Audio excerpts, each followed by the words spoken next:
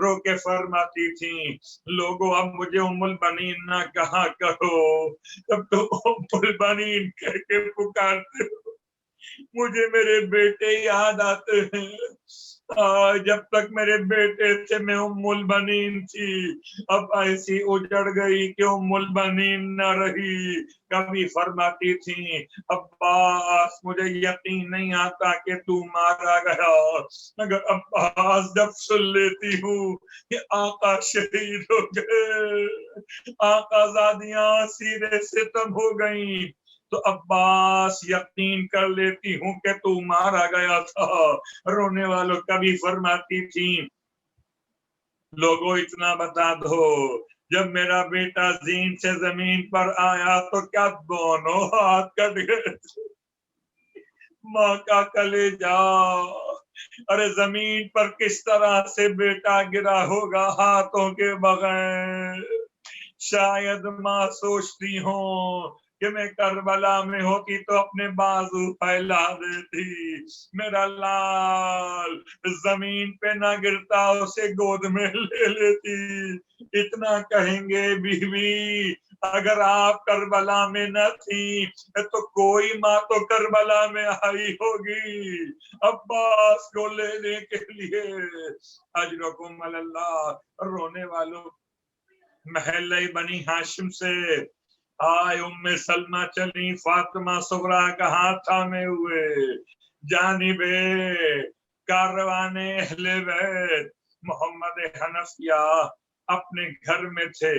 ایک مرتبہ فرمانے لگے غلاموں سے کیا میرا بھائی واپس آ گیا؟ بتایا نہیں گیا تھا، علیل رہتے تھے۔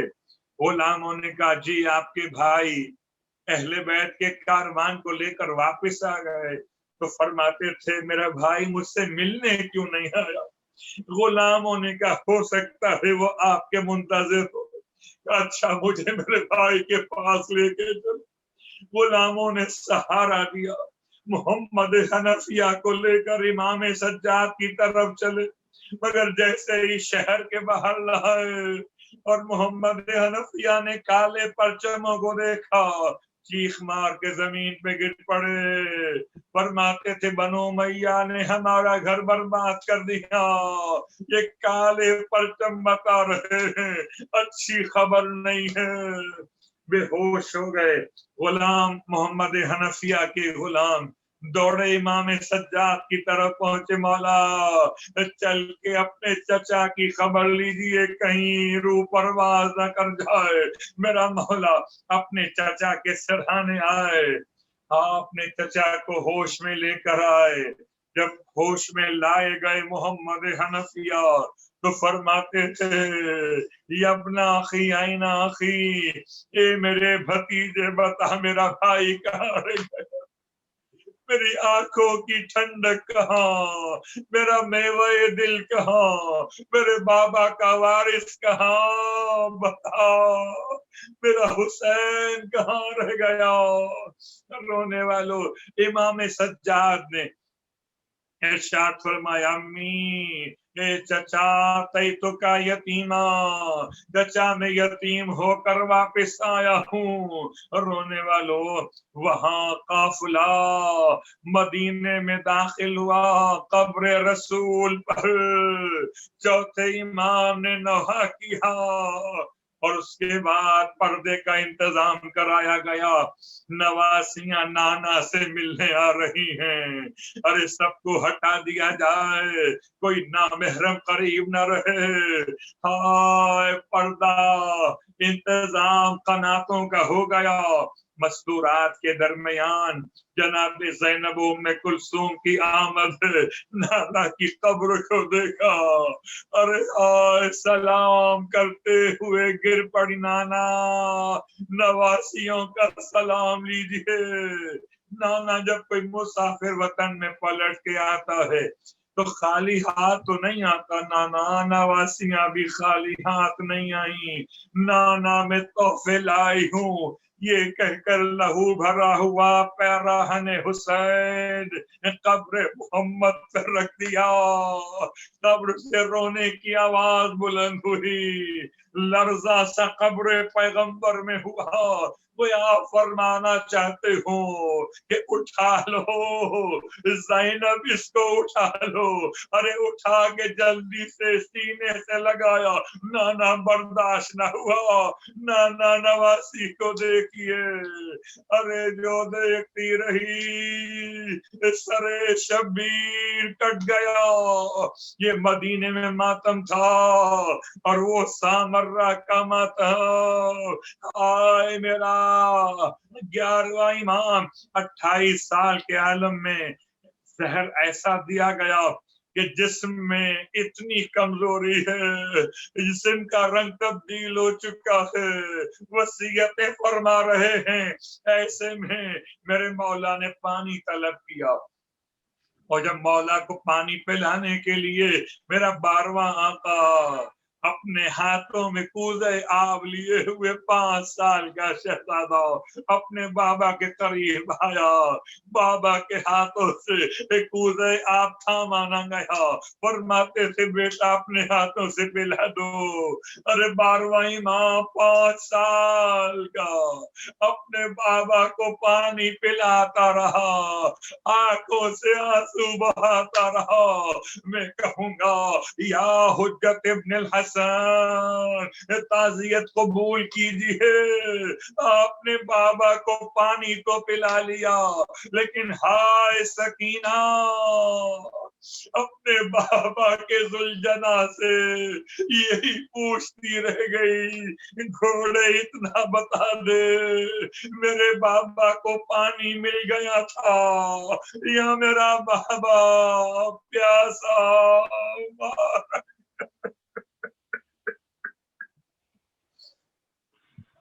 اللہ ولعنة الله على القوم الظالمين. فسيعلم الذين ظلموا أي منقلب ينقلبون. ماتم حسین.